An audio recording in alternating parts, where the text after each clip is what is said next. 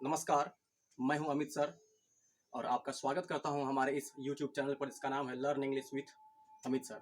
दोस्तों, आज के इस वीडियो में इंग्लिश ग्रामर के पार्ट थर्ड के बारे में हम लोग पढ़ेंगे और पार्ट थर्ड में सिंटैक्स और 4 नंबर में प्रोसोडी और 5 नंबर में पंक्चुएशन होगा।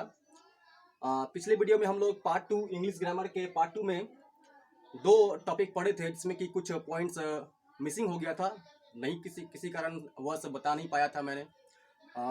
शायद नेटवर्क प्रॉब्लम था, इसलिए वीडियो लंबा नहीं करना चाहते थे। तो दोस्तों, इस वीडियो में आपको मैं इतना बताने वाला हूं जो छूट चुका था। ध्यान दीजिए दोस्तों, इंग्लिश ग्रामर पार्ट थर्ड में दोस्तों सिंटैक्स है। तो सिंटैक्स का मतलब होता है वाक्य विचार और वाक्य का मतलब ही होता है सेंटेंस।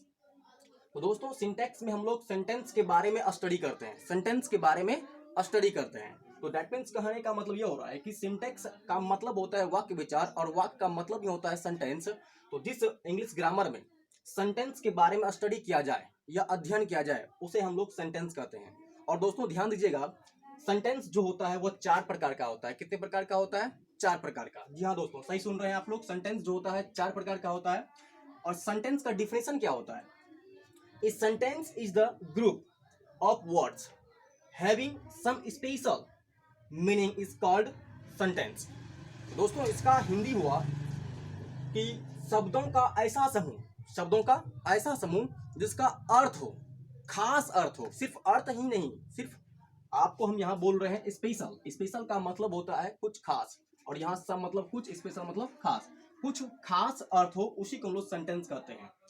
अगर मान लिया कि कोई सेंटेंस है और वह सेंटेंस हमारा वर्ड बाय वर्ड मिलकर के सेंटेंस का निर्माण हुआ है, तो इसका मतलब ये नहीं है कि वह सेंटेंस हमारा होगा ही। अगर वह सेंटेंस होगा, वर्ड से मिलकर बना हुआ होगा, और वह वर्ड से मिलकर बनने के बाद जो सेंटेंस हमारा निर्माण हुआ होगा, तैयार हुआ होगा, उसका कोई ना कोई खास अर्थ होना चाहिए, जिसको हम लोग बोलते हैं स्पेशल मीनिंग। जी हाँ दोस्तों, आगे बढ़ते हैं। जैसा कि अभी आपने सुना कि सेंटेंस 4 प्रकार के होते हैं, जिसमें कि पहला है आपका स्टेटमेंट। पहला क्या है? स्टेटमेंट। और स्टेटमेंट के बाद है आपका दूसरा नंबर क्वेश्चन, तीसरा है कमांड, और चौथा है आपका एक्सक्लामेटरी। दोस्तों, स्टेटमेंट को एक और नाम से हम लोग जानते हैं जिसका नाम होता है अफर्मेटिव सेंटेंस। उसी को असर्टिव भी कहा जाता है और उसी को सिंपल भी कहते हैं। और साथ ही साथ अगर एक और जानना चाहते हैं जो कि न्यू है, इसको हम लोग बोलते हैं डिक्लेरेटिव। और जितना भी आपको अभी नाम हमने बताया वो सब का सब स्टेटमेंट से बिलोंग कर रहा था। जितना भी सेंटेंस आपका स्टेटमेंट से बिलोंग करता है वह सब का सब फुल स्टॉप से अंत होता है। फुल स्टॉप यानी पॉइंट, ये वाला पॉइंट। मैं आपको इस बिंदु के बारे में भी बात करूंगा, कहाँ पे इस बिंदु का मतलब फुल स्टॉप होता है, कहाँ पे इस बिंदु का मतलब कनेक्टर होता है, और कहाँ पे इस बिंदु का मतलब डेसिमल होता है। बहुत इस बिंदु का महत्व जो होता है प्रत्येक जगह अलग अलग काम करता है दोस्तों। फिलहाल अभी आप यहाँ जानिए, जो भी सेंटेंस हमारा स्टेटमेंट से बिलोंग करता है वह हमारा फुल स्टॉप से अंत होगा। दूसरी बात है क्वेश्चन। और क्वेश्चन को आप इंटरोगेटिव भी बोल सकते हैं। क्या बोल सकते हैं दोस्तों? इंटरोगेटिव। जी हाँ दोस्तों, क्वेश्चन को आप इंटरोगेटिव भी बोल सकते हैं। और इसका जो अंत होता है, जब सेंटेंस आप बनाएंगे और जब वहां पे फुल स्टॉप जिस प्रकार आप दे रहे थे सेंटेंस में, तो उस जगह आपको फुल स्टॉप का प्रयोग नहीं करना है। तो आपको करना क्या है? क्वेश्चन मार्क, इसको हम लोग वाट का चिन्ह भी बोलते हैं। इसको ग्रामेटिकली अगर बोला जाए तो नॉट ऑफ इंटरोगेशन कहते हैं। क्या कहते हैं दोस्तों? Not of interrogation. अब आगे बढ़ते हैं। नेक्स्ट हमारा है कमांड। कमांड क्या होता है दोस्तों? इसमें कमांड को ही हम लोग ऑपरेटिव, या फिर आप इसके अंडर में ये भी ले सकते हैं जैसे कि हम लोग बोलते हैं इम्परेटिव सेंटेंस। इम्परेटिव दोस्तों, इम्परेटिव होता है क्या है? फिलहाल अभी आप इस चीज को जान लीजिए। इम्परेटिव और कमांड जो है दोनों सेम चीज है। इम्परेटिव और कमांड दोनों क्या है? सेम है। जिसका मतलब कमांड हो रहा है उसी का मतलब इम्परेटिव भी हो रहा है। इम्परेटिव मतलब होता है किसी को आप आदेश दे रहे हैं या सलाह दे रहे हैं या डांट रहे हैं या फटकार रहे हैं। इसके अंडर में 4 बात आ जाता है: सलाह, एडवाइस, आदेश जिसको आप ऑर्डर बोलते हैं, या फिर रिक्वेस्ट करना जिसको आप विनती या प्रार्थना कहते हैं, साथ ही साथ डांटना या फटकारना जिसको इंग्लिश में हम लोग बोलते हैं चाइड, CHID, चाइड। जी हाँ दोस्तों, इस सेंटेंस में जो है 4 बात एक्सप्रेस होता है। तो जो भी सेंटेंस अभी हमने बोला उसका नाम था कमांड। उसका क्या नाम था? कमांड। और वह सेंटेंस जब भी बनेगा उसका अंतिम जो होगा वह फुल स्टॉप से होगा। स्टेटमेंट और कमांड के लिए फुल स्टॉप का प्रयोग करेंगे दोस्तों। अब नेक्स्ट देखते हैं 4 नंबर में क्या है, एक्सक्लामेटरी। एक्सक्लामेटरी को आप ये भी बोल सकते हैं इंटरजेक्शन। क्या बोल सकते हैं दोस्तों, इंटरजेक्शन।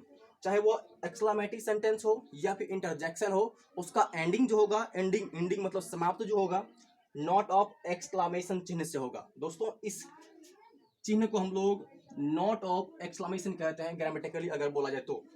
नहीं तो आप याद रखने के लिए एक लकीर और नीचे बिंदु का प्रयोग कर सकते हैं याद रखने के लिए। वैसे हम यहाँ पे लिखा दिए हैं नॉट ऑफ एक्सक्लामेशन एक्सक्लामेटरी के लिए, लेकिन क्वेश्चन के लिए नॉट ऑफ इंटरोगेशन। इंटरोगेशन इसलिए क्योंकि इस क्वेश्चन को इंटरोगेटिव भी बोलते हैं, इंटरोगेटिव से इंटरोगेशन। और एक्सक्लामेशन इसलिए क्योंकि इसी से एक्सक्लामेशन बना है, एक्सक्लामेटरी से एक्सक्लामेशन बना है, इसलिए नोट ऑफ एक्सक्लामेटरी के लिए एक्सक्लामेशन, और इसके लिए नॉट ऑफ इंट्रोगेशन इसलिए क्योंकि इंट्रोगेशन जो है हमारा इंटरोगेटिव से बना है। तो दोस्तों बने रहिए हमारे साथ। अब नेक्स्ट देखते हैं क्या है दोस्तों। अब नेक्स्ट है हमारा प्रोसोडी। इंग्लिश ग्रामर का चौथा भेद है प्रोसोडी। इस प्रोसोडी में दोस्तों हम लोग राइम्स के बारे में अध्ययन करते हैं या म्यूजिक के बारे में या लिरिक्स के बारे में बातचीत करते हैं। बेसिकली क्या होता है इसमें, राइम्स क्या होता है, कविता होता है।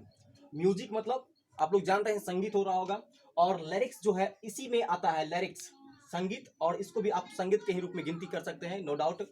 और पंचुएशन, पांचवा भेद है आपका इंग्लिश ग्रामर में, पांचवा भेद है पंचुएशन। पंचुएशन में दोस्तों हम लोग पंचुएशन की ही स्टडी करते हैं, अध्ययन करते हैं। Punctuation that mean symbol. जब आप कोई भी सेंटेंस लिखते हैं दोस्तों, वहां पे आपको सिंबल देना बहुत जरूरी होता है, जैसे कि फुल स्टॉप, ये एक सिंबल है, या फिर आप नॉट ऑफ एक्सक्लेमेशन का प्रयोग करते हैं, यह भी एक सिंबल है, या फिर क्वेश्चन मार्क का प्रयोग करते हैं, यह भी एक सिंबल है। तो इसके अंडर में जो है दोस्तों हम लोग तमाम पंचुएशन का प्रयोग करेंगे, और अभी आप बने रहिएगा हमारे साथ। इसके अंडर में क्या क्या हमारा पंचुएशन के रूप में या सिंबल के रूप में आता है आपको हम बताएंगे, नाम भी बताएंगे, उसका चिन्ह भी बताएंगे। ध्यान दीजिए दोस्तों। तो दोस्तों जैसा कि अभी आपने सुना होगा कि पंचुएशन जो होते हैं उसमें हम लोग चिन्हों का प्रयोग करते हैं, चिन्हों का स्टडी करते हैं। तो किस सेंटेंस में हम लोग फुल स्टॉप करेंगे, किस सेंटेंस में कोमा का प्रयोग किया जाएगा, कॉलन का होगा, सेमी कॉलन का होगा, एपोस्ट्रोफी का होगा, इन्वर्टेड कोमा का होगा, डैश का होगा, हाइफन का होगा, ठीक उसी प्रकार कॉलन डैश का होगा, नॉट ऑफ इंट्रोगेशन का होगा, नॉट ऑफ एक्सक्लेमेशन का होगा। तो दोस्तों इसमें जो है पंचुएशन के अंडर में आप देख सकते हैं क्या क्या आया है। फुल स्टॉप आया है जिसका चिन्ह आप इस प्रकार देंगे, कोमा ऐसा होता है, कॉलन इस प्रकार होता है। मतलब मैथमेटिक्स में आप इस चीज को रेशियो भी जानते होंगे, रेशियो भी बोला जाता है इसको, अनुपात के रूप में बोलते हैं इसको, तो उसी को याद कर लीजिएगा, रेशियो, तो उसी को बोलते हैं हम लोग कॉलन। उसके बाद है सेमी कॉलन। सेमी कॉलन क्या हुआ, एक फुल स्टॉप, उसके बाद थोड़ा सा कोमा घुमा दें यहाँ, उसी को बोलते हैं हम लोग सेमी कॉलन। उसके बाद है एपोस्ट्रोफी। एपोस्ट्रोफी क्या होता है, एपोस्ट्रोफी का मतलब मान लें कि किसी चीज के बारे में हमको लिखना है, जैसे कि मान लीजिए राम का ऊपर में देकर के हमको करना पड़ता है राम्स, एपोस्ट्रोफी एस। तो ये जो आपका ऊपर में दिख रहा होगा ये हमारा कोमा नहीं है, ये एपोस्ट्रोफी है। कभी कभी क्या होता है कि एपोस्ट्रोफी और कोमा दोनों सेम लगता है लेकिन डिफरेंट है दोस्तों। इसका प्रयोग और कोमा का प्रयोग अलग अलग कंडीशन में होता है, अलग अलग जगह पर होता है। इसका प्रयोग ऊपर पे होता है, ऊपर में, और जबकि कोमा का प्रयोग जो होता है 2 या 3 या 4 चीज को अगर दर्शाना होता है या लिखना होता है तो उन दोनों के बीच में अर्थात नीचे लिखना पड़ता है। लाइक आप ऐसा देख सकते हैं, जैसे मान लें कि एग्जाम्पल में हमको किसी का नाम देना हो या कोई भी चीज लिखना होता है तो आप ऐसा लिखेंगे, Ram comma Shyam comma Rupesh ETC, ऐसा कुछ भी लिख सकते हैं। लेकिन आप जब भी कोमा के रूप में लिख रहे होंगे तो आप कभी ऐसा नहीं लिखते होंगे इस प्रकार से, ऐसा नहीं लिखते होंगे इस प्रकार से। आप जब भी लिखते होंगे ऐसा ही लिखते होंगे। तो इसलिए ये और यहाँ जो आपका चीज है इन दोनों के बीच में यही अंतर है। अगर नीचे हो तो उसको कोमा, अगर ऊपर हो तो उसको एपोस्ट्रोफी। तो देखते हैं नेक्स्ट क्या है।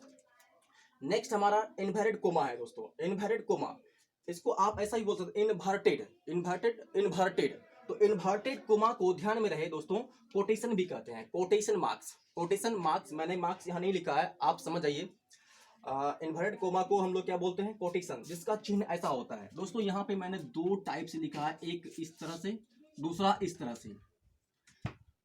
ये जो है आपका ओल्ड इंग्लिश ग्रामर के अनुसार से है। ये दो टाइप में जो लिखा हुआ है, दो तरह से, जो यहाँ पे दो ठो है, उसको हम लोग दोस्तों इन्वर्टेड कोमा को दो तरह से लिखा जाता है। एक इस प्रकार से लिखा जाता है और एक इस प्रकार से लिखा जाता है। सिंगल, इसको हम बोलते हैं single inverted coma, single inverted coma, और इसको डबल इन्वर्टेड कोमा कहते हैं। तो आपका मन है, आपका मर्जी है, आपके इच्छा के विरुद्ध कुछ हो नहीं सकता है। जो आप चाहते हैं वैसा कर सकते हैं, कोई प्रॉब्लम नहीं है। आप चाहें तो ओल्ड इंग्लिश ग्रामर को फॉलो कीजिए, या तो आप मॉडर्न इंग्लिश ग्रामर को फॉलो कीजिए, कोई प्रॉब्लम नहीं है, हर चीज सही होता है। इसको आप डबल इन्वर्टेड कोमा कहेंगे और इसको आप सिंगल इन्वर्टेड कोमा कहेंगे। तो ध्यान रहे दोस्तों, इन्वर्टेड कोमा को ही हम लोग कोटेशन ही बोलते हैं। अगला पॉइंट है आपका डैश। क्या है ये, डैश। डैश जो होता है, अगर मान लिया कि यहाँ पे क्या लिखा हुआ दोस्तों, डैश, तो डैश तो देख सकते हैं कि ये डैश जो होता है इस प्रकार से होता है, इस प्रकार से, ये थोड़ा बड़ा होता है, ठीक है ना। और उसके नीचे में आप देख सकते हैं हाइफन लिखा हुआ। हाइफन जो है थोड़ा छोटा होता है, देखने में तो एक जैसा है, लेकिन इसमें लंबा और छोटा के अनुसार याद रखिएगा। जो बड़ा होगा उसको डैश कहेंगे, जो थोड़ा सा उससे छोटा होगा उसको हाइफन बोलेंगे। अभी आपको हम यहाँ बता रहे थे कुछ कि डैश में अगर आईएनजी जोड़ दिया जाए दोस्तों तो इसका मीनिंग तुरंत चेंज हो जाता है। डैश और डैशिंग। डैशिंग का मतलब होता है हैंडसम, स्मार्ट, सुंदर, इसको हम लोग बोलते हैं। अगर आप डैश में आईएनजी जोड़ देंगे तो बन जाता है डैशिंग, और डैशिंग का मतलब होता है अति सुंदर, बहुत ही सुंदर। तो नेक्स्ट हमारा है दोस्तों कॉलन। Colon dash. दोस्तों आप यहाँ देख सकते हैं, जब भी आप कभी लिखते होंगे तो फटाक से ऐसे कर देते होंगे, फटाक से ऐसे कर देते होंगे, तो इसका मतलब क्या होता है, तो इसका मतलब होता है कॉलन डैश। दोस्तों क्या होता है कॉलन, आप देख सकते हैं कि इस प्रकार लिखा हुआ है। पहले आप देखिए क्या है, इस प्रकार में है, इस प्रकार आप देख सकते हैं कहाँ है, यहाँ थर्ड नंबर में, तो कॉलन में है। और ठीक उसी प्रकार आप यहाँ पे जो लिखे हुए हैं इस प्रकार से, इस प्रकार से कहने का मतलब यहाँ पे आपको दो ठो मिलेगा, 7 नंबर देखिएगा और 8 नंबर देखिएगा, तो दोनों में आपको वैसा दिख रहा होगा। मैंने अभी आपको जस्ट बताया होगा कि इसके बीच में क्या डिफरेंट होता है। डिफरेंट क्या है इसके बीच में, डैश जो है बड़ा होता है, हल्का बड़ा होता है, और हाइफन जो होता है उससे हल्का छोटा होता है। जैसे इतना है ना, इसको आप इतना कर दीजिएगा, ये इसके लेवल आ जाएगा। लेकिन ये चीज जो है यहाँ पर है, दैट मीन्स ये वाला चीज जो है ये है, डैश में है, इसलिए इसको हम लोग बोलते हैं कॉलन डैश, कॉलन हाइफन नहीं बोलते हैं। उम्मीद करते हैं ये बात आपको समझ में आ गया होगा। दोस्तों नेक्स्ट है note of interrogation. Note of interrogation देख सकते हैं आप, इसका चिन्ह इस प्रकार लिखा जाता है। इसको हम लोग वाट भी कहते हैं। क्या बोलते हैं दोस्तों, वाट बोलते हैं। तो लास्ट हमारा बच गया है, वह है हमारा 11 नंबर का, जो कि नोट ऑफ एक्सक्लामेशन के रूप में लिखा हुआ है। इसको आप एक लाठी और एक बिंदु के रूप में बोल सकते हैं, एक लाठी और एक बिंदु। तो इसको हम लोग नाम दिया गया है, इसको इस नाम से हम लोग जानते हैं कि नोट ऑफ एक्सक्लामेशन। दोस्तों एक बार रिवीजन कर लेते हैं एक बार फिर से। पंक्चुएशन में आपका फुल स्टॉप आता है, और कॉमा आता है, कॉलन आता है, सेमी कॉलन आता है, एस्ट्रोफी आता है, और इन्वर्टेड कोमा आता है। उसी को हम लोग कोटेशन मार्क्स भी बोलते हैं। यह दो तरह से लिखा जा सकता है, एक डबल और एक सिंगल। नेक्स्ट है हमारा डैश, उसके बाद हाइफन, डैश बड़ा होगा, हाइफन छोटा होगा, colon dash, note of interrogation इस प्रकार से होता है चिन्ह इसका। नेक्स्ट है हमारा नोट ऑफ एक्सक्लामेशन। दोस्तों इस वीडियो को ध्यानपूर्वक देखने से कुछ नहीं होगा, आप घर में कॉपी और कलम लीजिए और उसको नोट कीजिए। और ध्यानपूर्वक देखने के लिए आपको बहुत बहुत धन्यवाद, तहे दिल से शुक्रिया अदा करता हूं। हमारे वीडियो को देखते रहिए, आपको कुछ ना कुछ नया जरूर सीखने को मिलेगा। और मिलते हैं नेक्स्ट वीडियो में एक नई उम्मीद के साथ, एक नए टॉपिक के साथ। तब तक के लिए नमस्कार, जय हिंद।